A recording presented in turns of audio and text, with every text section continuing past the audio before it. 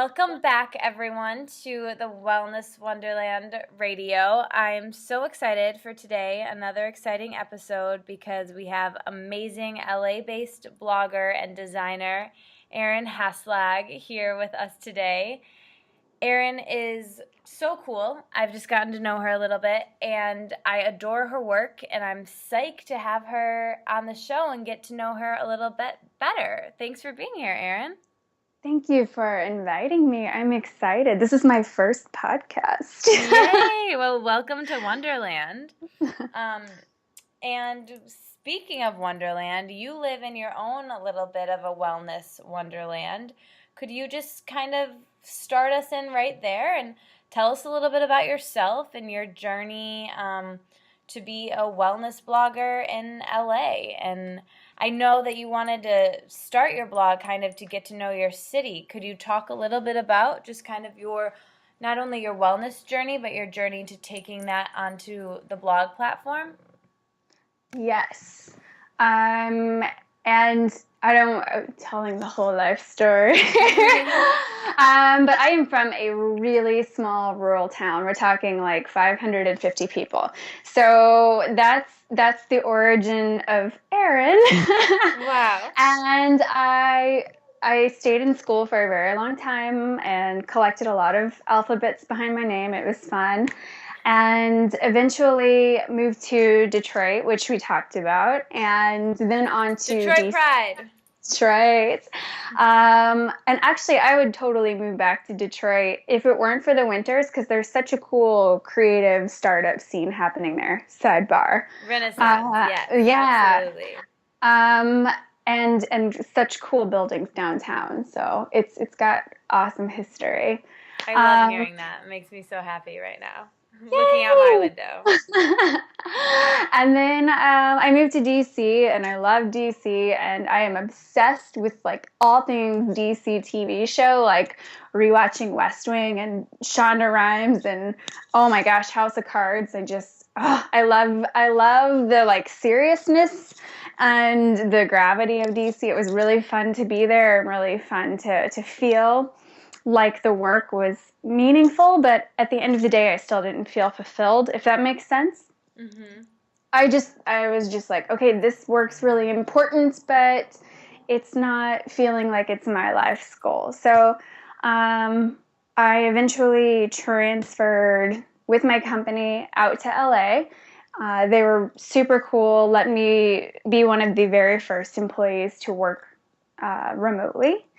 And it was a big step for them and a big step for me because I was only 25, 26 at the time. And my fiance had already been out here for a year, and we, instead of crisscrossing the country, decided to share a home.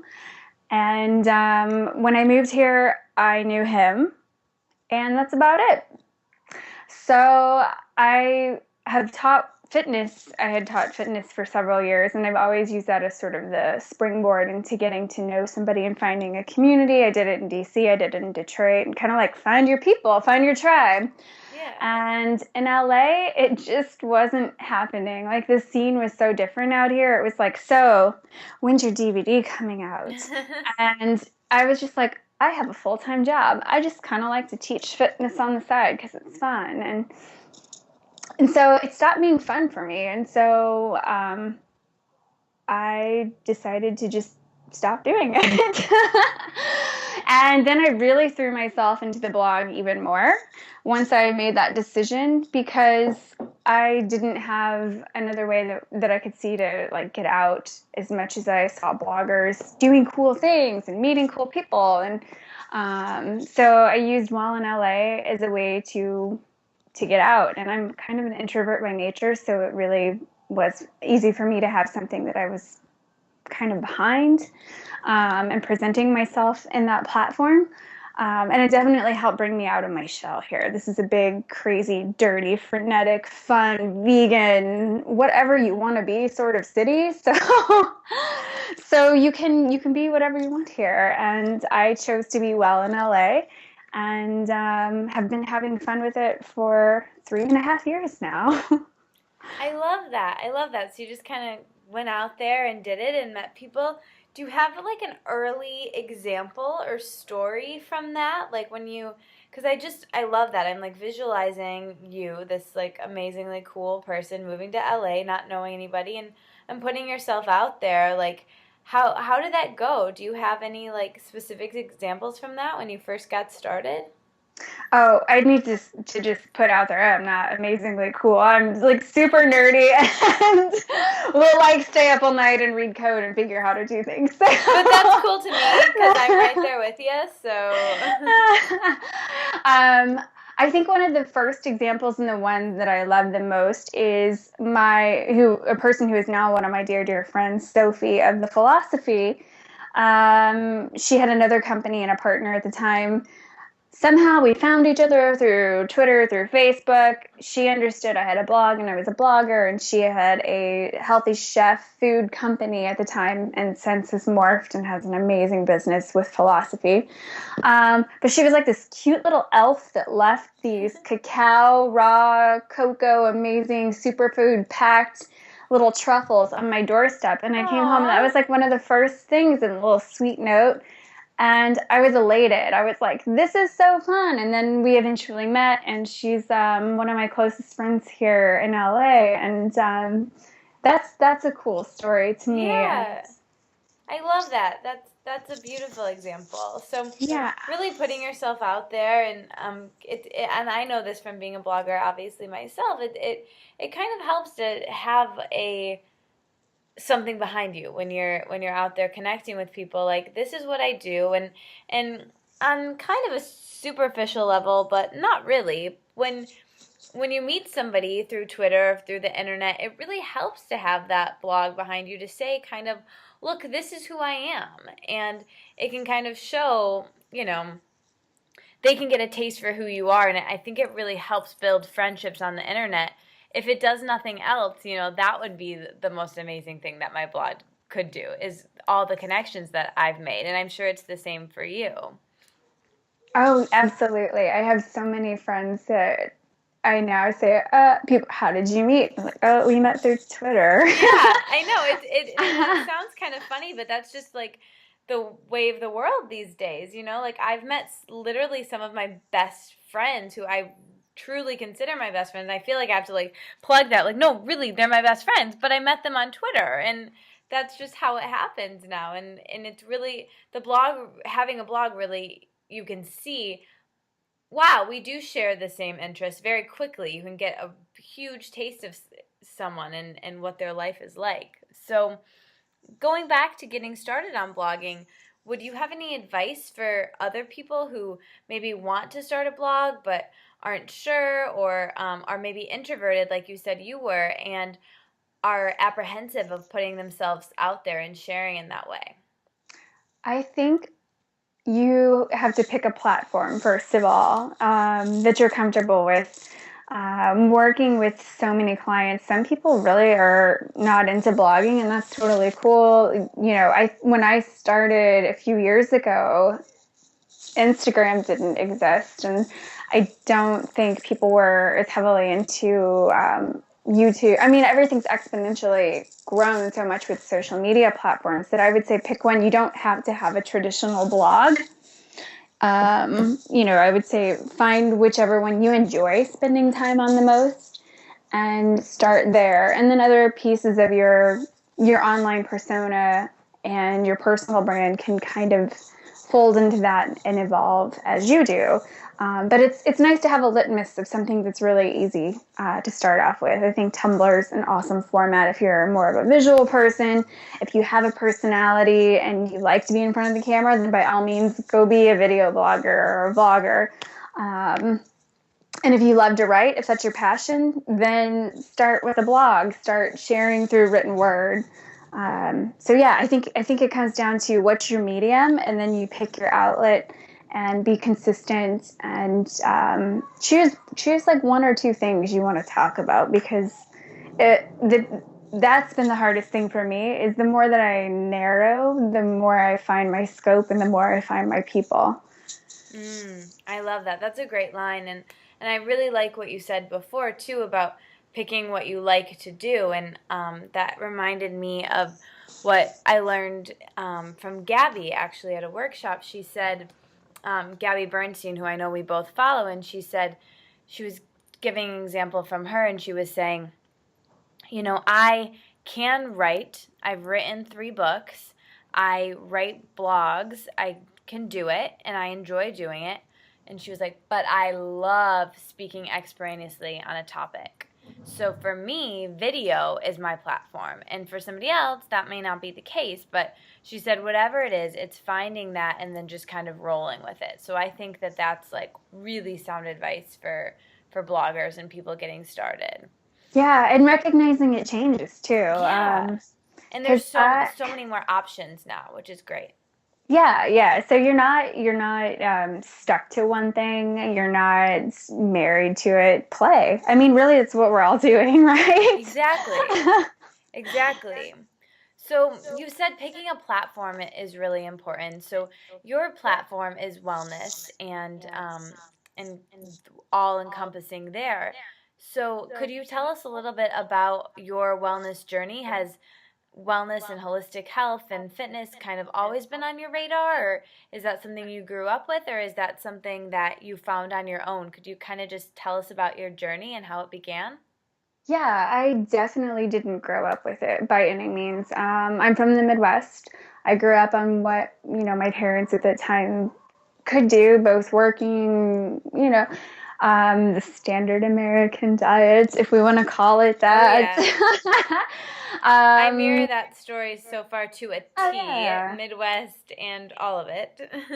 Yeah, so when I graduated high school, honestly, I had this insatiable, probably kind of stupid fear of the freshman 15. So I started running the summer before I went to college, and I started picking up nutrition books. One of the first ones I read was Nancy Clark's Sports Nutrition. It's real basic. It breaks everything down. This is a carb. This is a fat. So that was, that's sort of like started my interest in all of this. And I've studied health all through undergrad and grad school. And I feel like I spent my 20s really understanding my body, food, and how much I need to work out. And now that I'm hitting the 30s, I'm all about, okay, what's going on the inside more so. And it's funny because I'm sipping on these totally disgusting, nasty herbs that are a tea that my Chinese medicine doctor gave me this morning. So I had my first acupuncture / herbal treatment this morning, and I have these herbs that I'm supposed to take before I fly. And I'm like, okay. I'm telling my mom, and she's like, what's going on? I was like, I'm just a California weirdo. I want those herbs. It's not the most pleasant tasting thing, but I think it's got a lot of dandelion root in it. But yeah, that's sort of been like where I've been and where I'm going. And it's hard to encompass, like 12 years of a journey. But I just want to feel really, really damn good every day of my life. Like I see so many of my family members dealing with problems related to lifestyle, and I want to cut that out as a factor in my life. I just want to make food uncomplicated, fitness uncomplicated, just those aspects of my life uncomplicated, so I can use my brain energy to make pretty pictures. I love that. That's beautiful. So speaking of pretty pictures, you are a designer and also have this passion for wellness and are super into wellness. So how do you think that those two are connected? And how does your eye for design play into all aspects of your life and just appreciating beauty and everything? I sadly think the two of them are not well enough connected right now, which is good for me because it means I'll be busy for a while. But I think that there's a lot of care and attention to detail in the way something is designed, the way it's presented, the way it's executed, that makes you want to get on board. Like if something's really boring and flat and you're like, eat your salad every day, like, come on, I'm not stupid. Like, I know how I'm supposed to eat. I know I'm supposed to work out. I know I'm supposed to do this stuff, but like, sell it to me. Make it sexy. Make it fun. Make it feel like something I want to do in my life every day. So I kind of take that approach with Yes, the way preach that it. I love that. with the way that I see the world, and I want to make it more playful because why not? I think we take ourselves too serious, so stop. Yeah, I think it's really easy to do that in wellness and actually in a lot of areas of life, but I mean that's what we're into. So it's really easy to see that. And I think in spirituality or in wellness or whatever it is, I think that design actually in anything, but those are the things I'm into, and I'm also really into design, and I think that man, if those two can combine, like we can take over the world, you know what I mean? Like if you can visualize anything and make things a little bit better, I think it's just grand. So I think that combining those two is crucial and really really cool. So definitely keep doing that work. It's fun. Yeah. Yeah, for sure. So I guess getting back to the wellness end of things, could you tell us a little bit more specifically about some things that you do for yourself in the way of wellness? So what is like your favorite way that you're kind to yourself each day? Um, I know it sounds a little hokey, but just being kinder to myself. I spent a lot of my 20s being really hard on me and being very type A and feeling like I had to schedule every single second and make use of it. And now I'm like, if I feel like getting up and going for a 20-minute walk, then let's do it. The stuff will still be here when I get back. It's not going anywhere. So just learning to like take myself less seriously. And before I talk to anybody, phone, email, any of that stuff, I have quiet time in the day. I don't talk to clients before 12 unless there's like some really special need. But I want the morning to like sit and think or do whatever I want to do before I get to work. And I work hard. So I'm like, if I want those 5 hours, I'm going to take them. Yeah, I love that. I love that. And that's perfect because that was something else I wanted to ask you. So, what does your morning routine look like? Would you walk us into that? Can we catch a glimpse?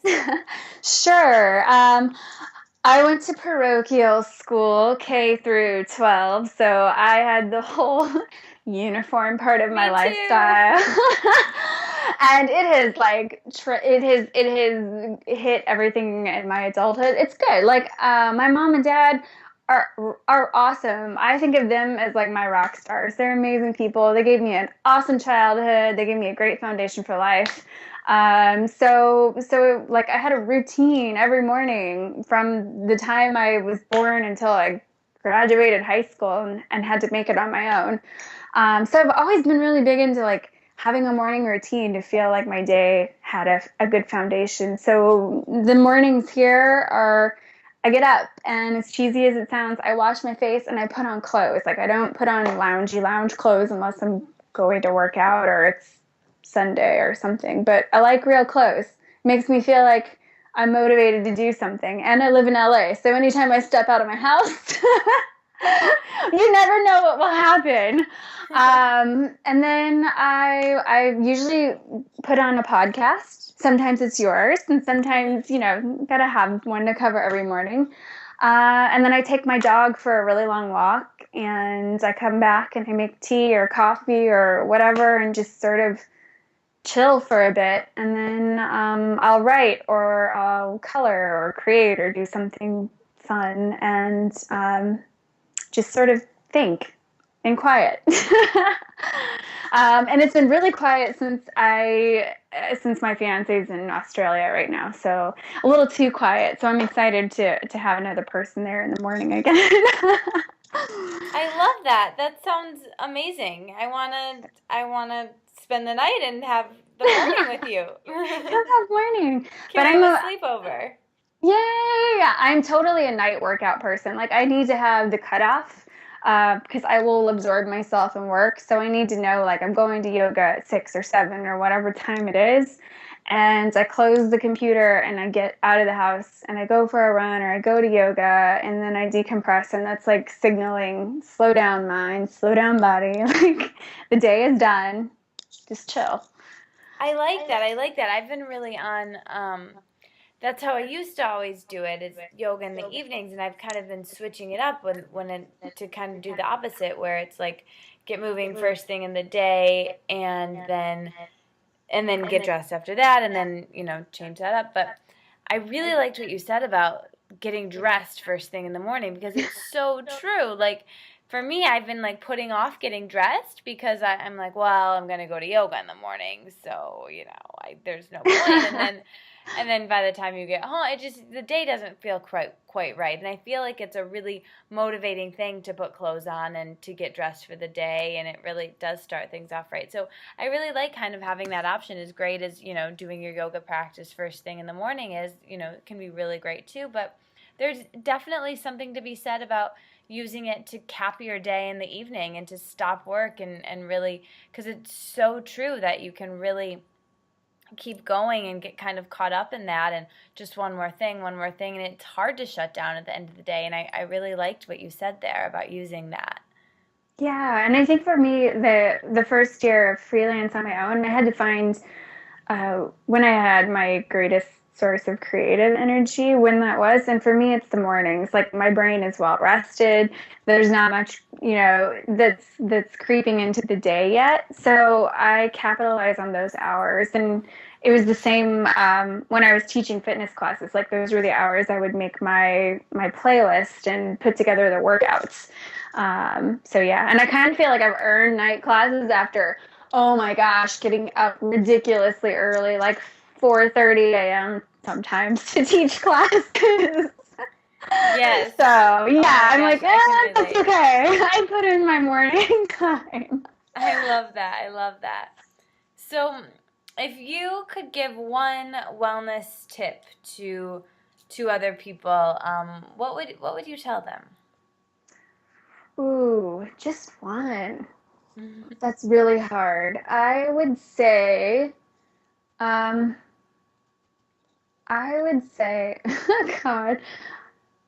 move as much as you can. Like, even if you don't feel like you have time in your day to commit to an hour workout, and there are days I don't, even just getting outside for 20 minutes to stretch, to breathe, to get some sunshine on your skin will make you feel exponentially better, and not like some turd or a blob or some person who's been chained to their desk all day.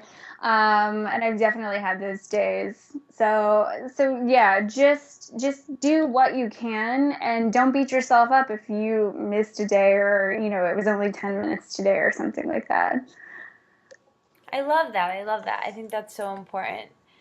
So, with fitness and food and wellness, the whole 9 yards, being part of your life, how do you balance that with your relationships, especially with your fiance? Does he mirror kind of your same passion for wellness? Oh, absolutely not. He is in post-production visual effects, and he works upwards of 16 to 18-hour days pretty frequently.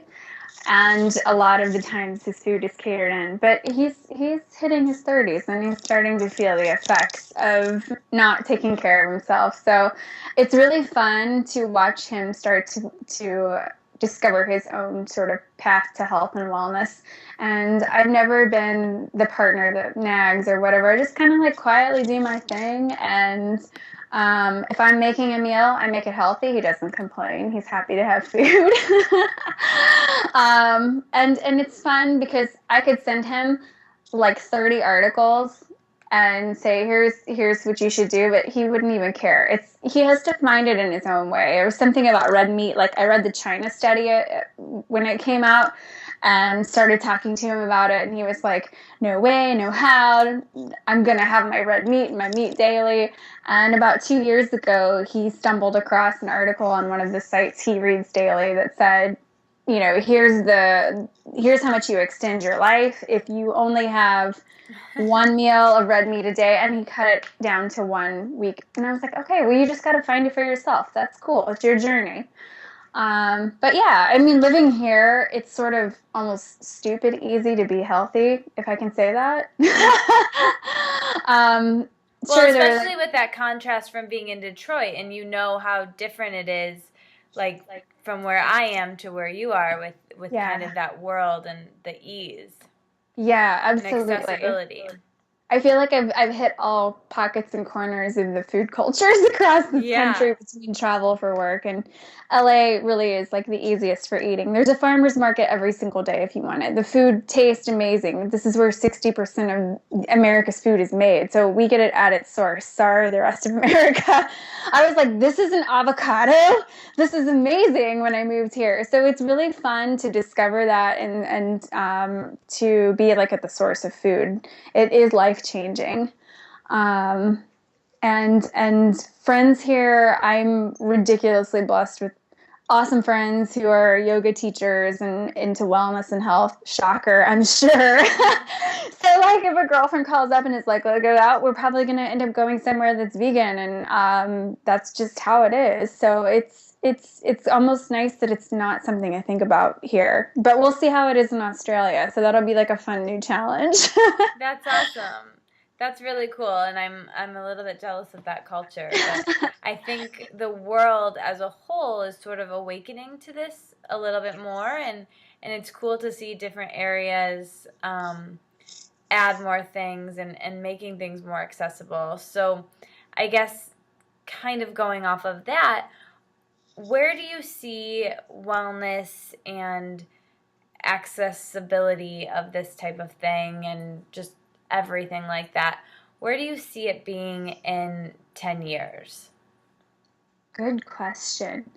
In 10 years, I think everybody is going to have a much better base knowledge and awareness. I mean, God bless the internet for that. Like, just everything you want is at your fingertips, good, bad, in between. But it's also such a powerful tool for education. And if you are motivated, then you will hustle and you will teach yourself what you need to know. You'll try things. And I think that there are a lot of really smart, interesting, cool people who are thinking systematically about food culture here in America, and that's exciting. And I do think there's going to be a big shift in what that is. And my hopes in 10 years is that this is probably crazy and audacious, but why not put it out there? I would love to see soft drink companies out of business with sodas, and that's lower to no sugar stuff is just BS. Like, there's no need for it. So go away. Go away, please. Huh? I'm totally with you. They need to just go away. And then I think other food companies will start to take responsibility and follow suit, and it's not necessarily that they're evil or they need to be demonized. We're all learning as we go. We are all learning. And it's hard to turn the ship around when you're at the helm of $1 billion plus company making something. That's not easy. So I really respect food companies who are making the transition, and I definitely don't think any of them deserve to be demonized. So yeah, I think more education. I think products, consumers, companies, everybody's getting smarter. So I'm excited. I'm hopeful for our food culture and food systems in 10 years. Me too. I love that. That was a very optimistic answer, and I loved what you said about the soft drinks companies, and I think it really goes off of this. I heard Joe Cross speak a few weeks ago, and one of the things he said, which I thought was brilliant, he was like, McDonald's can be my best friend, and it can be the wellness movement's best friend. If every single person went to McDonald's or Nabisco or Coca-Cola or whatever it is and asked for green juice, if 10,000 people did that in a day, and they did that every day, then they would put it on the menu, and it would be $1, and that would be what would be cheap. And he was like, he just was driving home the fact that every time we make a purchase, we're voting. And Yes. I think that that's really cool. And I think that it's really great that the more people who know that and can really get behind the fact that every time you buy a soft drink or something that isn't the healthiest or isn't made with the best ingredients, you're just voting to have us have more of that and to have it be cheaper. And I think it's really sad that right now an organic cucumber is so expensive it's almost hard to afford. And then, you can get a pop at McDonald's that's huge for $1.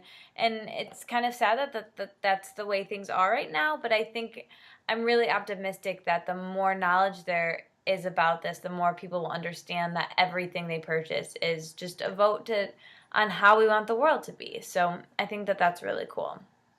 Absolutely. Spending is power. So yes, exactly.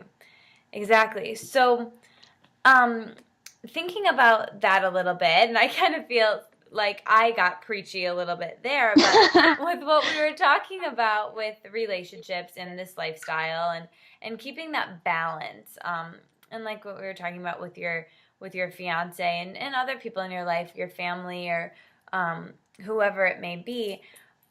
Clearly you're passionate about wellness. We both are, and this is something that you enjoy, but how do you find that line? How do you know when you're being maybe too preachy or trying to put these views onto somebody or just trying to help someone? How do you find that line and know when it's the right time to kind of give information and know when you should hold back? I'm more of a do it instead of talk about it sort of person. So if I want to make a dish for somebody who might otherwise never consider eating something, I just do it. And if they like it, I'm like, cool, you know what was in that? Yeah, it was good for you. Like I had some friends over who are like hardcore meat eaters, and I made them vegan enchiladas because I'm not a vegan, but I'm allergic to dairy, so it rules out a lot of food. So I was just like, okay, I'm going to make vegan enchiladas. And I think I had challenged myself to eat vegan for the month. That was the other factor in the situation. And they loved it. It was made with kale and, just plants. It was a great recipe. And and then it's like, hey guys, they're like, oh, that was a vegan dish. And they had this whole opposition and thought about what vegan was. So yeah, I just, when it comes to food stuff, I just make people food. Like that's my way of loving them. So I make food, and I'm sure it was like more of a nag in my 20s. I've tapered off I'm just sort of chill about it. Like if you want to know something, I assume you're going to ask me. I'm not going to bring it up, and I don't know what's going on in your life. So it takes more of a conversation and getting to know you before we dive into those personal topics like food and your schedule and what you have time for, what's your budget. And there's so many factors that go into creating a lifestyle, that I just want to listen to people's stories instead of doling out advice. Yeah, wow. I really like that. I think that's really good advice for me to hear, especially. I think what you said there about food is a really personal topic, and it makes sense when you start to think about it, but it's not really intuitive, especially for me. You think of food as being one of the least personal topics kind of out there because we all do it every single day, at least 3 times a day, and it seems really unpersonal, but it's super personal because people's relationship with food is really paramount in their lives, and it completely depends on their lifestyle and their financial situation and how they were raised and who they're with and their time and all of it. And I think for me or you or anybody to try to give someone information or help when it's not needed is just really kind of detrimental and will really have more negative effects than positive effects, because it could affect their mind and they could get into kind of guilt, which is more unhealthy than anything you could possibly eat is stress and guilt and all of that. So that's really cool. I just learned something big there. So thank you. No problem. It's really funny. Last summer, I was staying with my parents for a week, and I made a vegetarian lasagna. And my dad was really quiet, which is unusual for him. He's a social, boisterous, talkative guy. And I was like, "What's up, Dad? Like, what's going on? You know, is the dish not good?" And I'm not like patting my own back, but I'm a good cook. I've been cooking since I was 8. I've learned a few things along the way. So like balancing ingredients and things like that. And it was good. It was like the height of summer. We picked the vegetables up at the farmer's market. I came home and made them. And he was like, "Well, I'm really concerned that you're trying to turn me into a vegetarian." And I was like, "Dad, I'm not a vegetarian. I'm not a vegan. I'm not anything. I'm an eater. I'm doing this thing. I'm trying to like eat vegetarian, vegan this month. And so I wanted to make a dish and share that with you guys." And he was just like really, and it surprised me so much because I think of my dad as such a smart guy that he was really like upset about the food and thinking like this one dish was going to turn him into a vegetarian. It was really like humbling and perfect in what I needed to hear. So like even when I feel like what I'm doing is like an act of love, to think about how someone else is interpreting that, or the kind of like fears or emotions it could bring up from something as simple as a dish is kind of always at the forefront of my mind when it comes to food. Yeah, that's really interesting because I think there's so many factors, generational factors, financial factors, lifestyle, and just freaking taste, you know? Yeah. I mean, there's so much that comes down to it when it comes to food that it's really, I love what you said. It's a very personal topic. And I think that's great. And I think that's something that everyone who's into wellness and who's into all of this really needs to consider, is that yes, we want to share it because we're passionate and excited, and that just makes sense that you would want to share it. But I think doling out that advice and those ideas sparingly and waiting kind of for people to come to you is really important because it is so personal and there is so much emotional stuff there. Absolutely. So now that we've determined that it's personal, can I get personal with you and talk food? Sure. Okay, so cool. So I'm going to give you a little scenario. Could you kind of walk us through, let's say you have like a crazy day, like busy day, you're just a busy bee buzzing around LA. How would you go ahead and feed yourself that day? If you had, you were busy doing things, but you wanted to make sure you were fueled for the day, and kind of had what you need. Maybe walk us through like breakfast, lunch, dinner, that's sort of typical, and maybe a snack that you'd have. Ooh, most days I work from home, so that's really easy because my kitchen is just around the corner from Nice the office. cafeteria. It's a great cafeteria, and the temperature is always perfect. It's wonderful. So I have a pretty well-stocked kitchen most of the time, and I go to the farmer's market or the store probably an excessive amount of time for most people, but like 3 or 4 times a week. I feel very French. I just, pop around the corner and pick up stuff as I need it. Because the other factor of that is too, because I don't know if I'm going to have a client meeting and I'm going to be eating out or something like that. That could come up in the course of a week. But if I'm having a super busy day, start to finish, I have to say that I cheat a lot. Like there's just so many places here in LA that I can pop into and grab a juice or grab an amazing salad or go to the Whole Foods hot bar or something. So yeah, but the basis of most of my day is plants and a lot of healthy fats. I eat at least an avocado a day. And I find lots of creative ways to use them, like on toast or in quinoa. I'm sitting here thinking about what I'm going to make for dinner with quinoa and an avocado. Can I come over? Come on over, because I have to clear out my kitchen before I leave. And yeah, I don't know. Now living by myself, not having two people, I do find myself kind of just running out and grabbing things more, and being a little more lazy because cooking for one is really not that fun sometimes. So I've learned how to like single portion things again after almost 4 years of cooking for two or more. We like to invite friends over a lot. But yeah, I think just I keep a lot of healthy fats, nuts, avocados. I love Vega brand proteins and their bars. So good.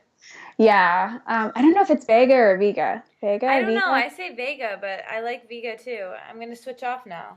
I don't know what it is, but they've been amazing supporters and collaborators with the blog. So I have a totally awesome stocked kitchen with Vega stuff, and I'm not their brand spokesperson by any means, but it's good and it's cool because there's lots. That's easy for me because there's no gluten, there's no dairy, there's nothing in there that's questionable or I had to think about, and it's pretty low on the sugar scale, and it tastes like a plant. Yeah, it's so good. I'll put the link below this interview as well. Surprisingly, I'm not a big fan of dried cherries or cherry flavored things, but their dark chocolate cherry bar has been my favorite. It's kind of awesome. The little chunks of cherries are surprising, and there's like quinoa and spirulina and all these amazing things for you. And it's just, I'm packing those on my flight, along with something I found today, which is how to make hot ginger tea on flight. Like you just chop up your ginger and your lemons and put a dollop of honey in, and that'll get you through TSA. Oh yeah, I saw that reposted. Oh wait, that was on you. Yes. I love that. I was like, that's genius. I'm so doing that. So thank you, Katie. You're welcome. I love that.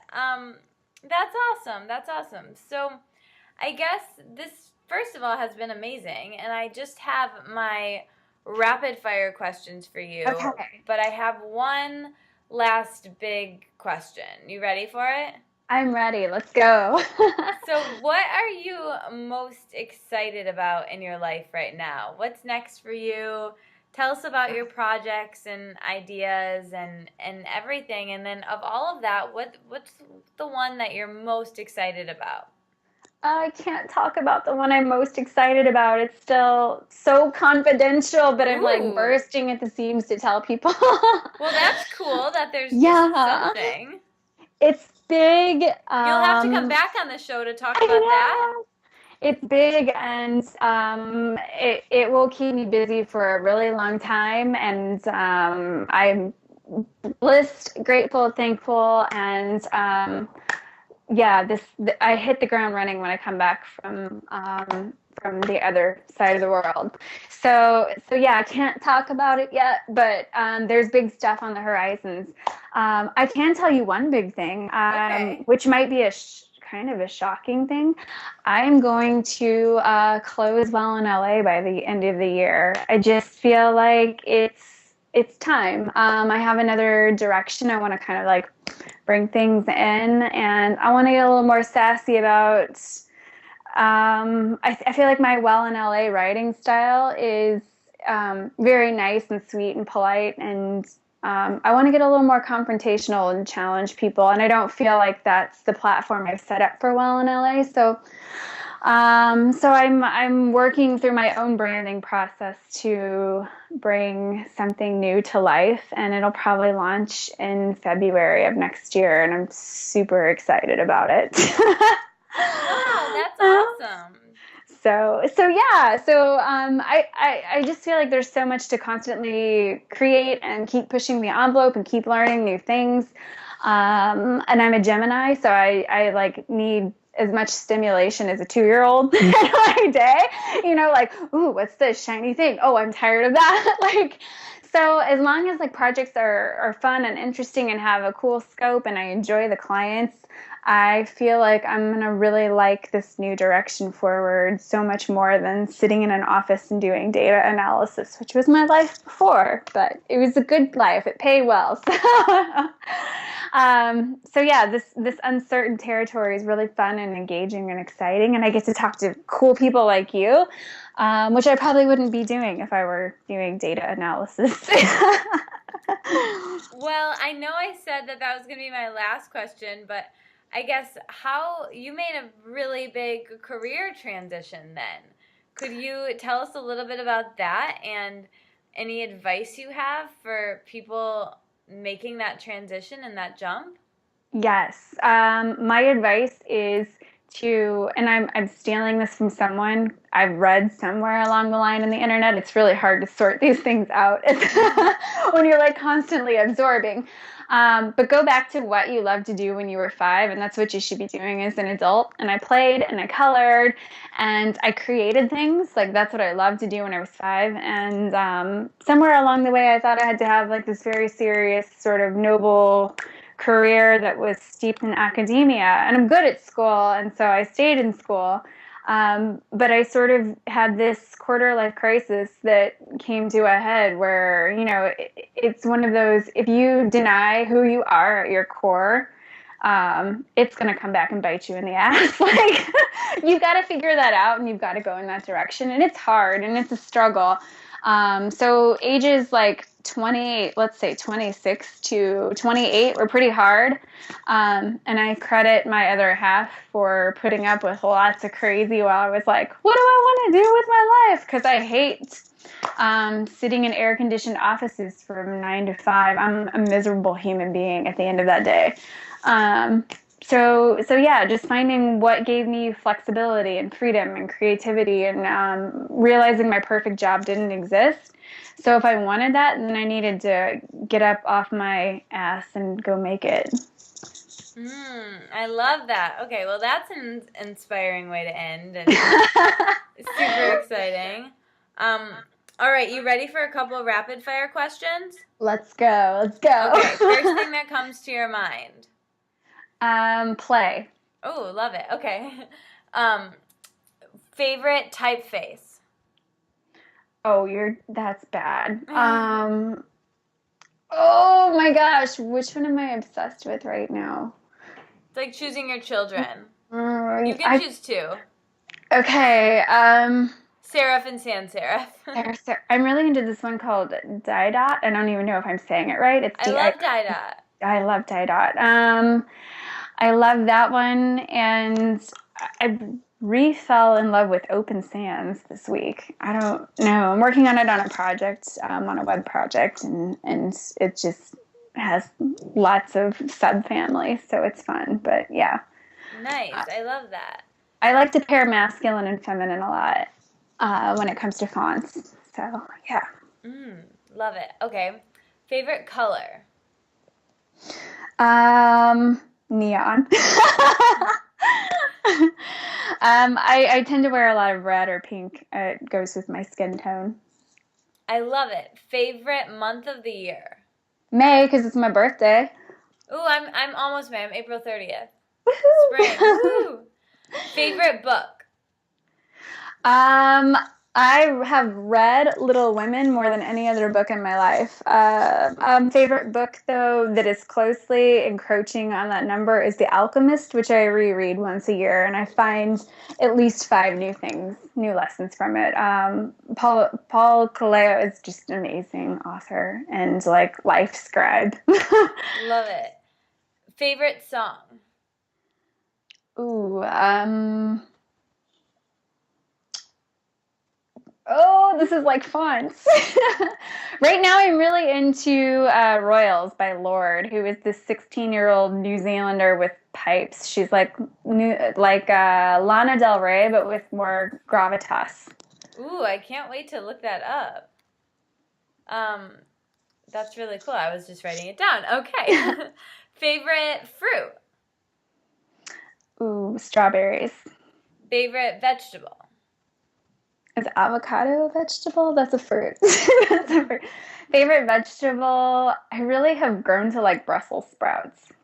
Yeah. What's your favorite way to make them? A little bit of olive oil, cumin, and paprika. Roast them in the oven. Or I have a Thai dish that I use them in, which is pretty awesome.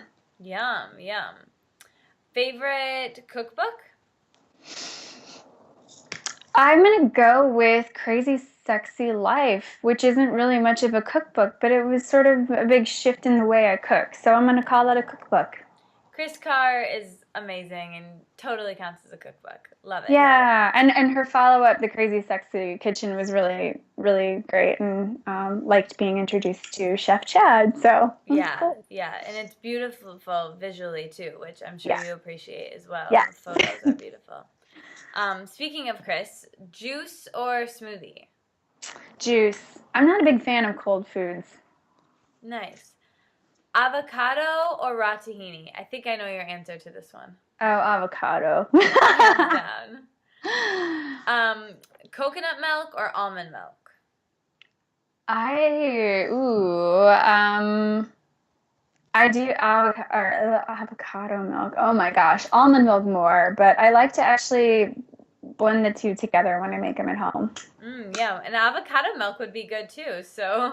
That could be weird. Yeah, I don't know how you do that. It'd probably be green, but No. anything avocado, I don't think you could go wrong. Well, okay, that's all I have for you. That was absolutely amazing, Erin. Thank you so much, and tell everybody where they can find you for at least a little while longer. Oh, there'll be mad amounts of URL redirects happening.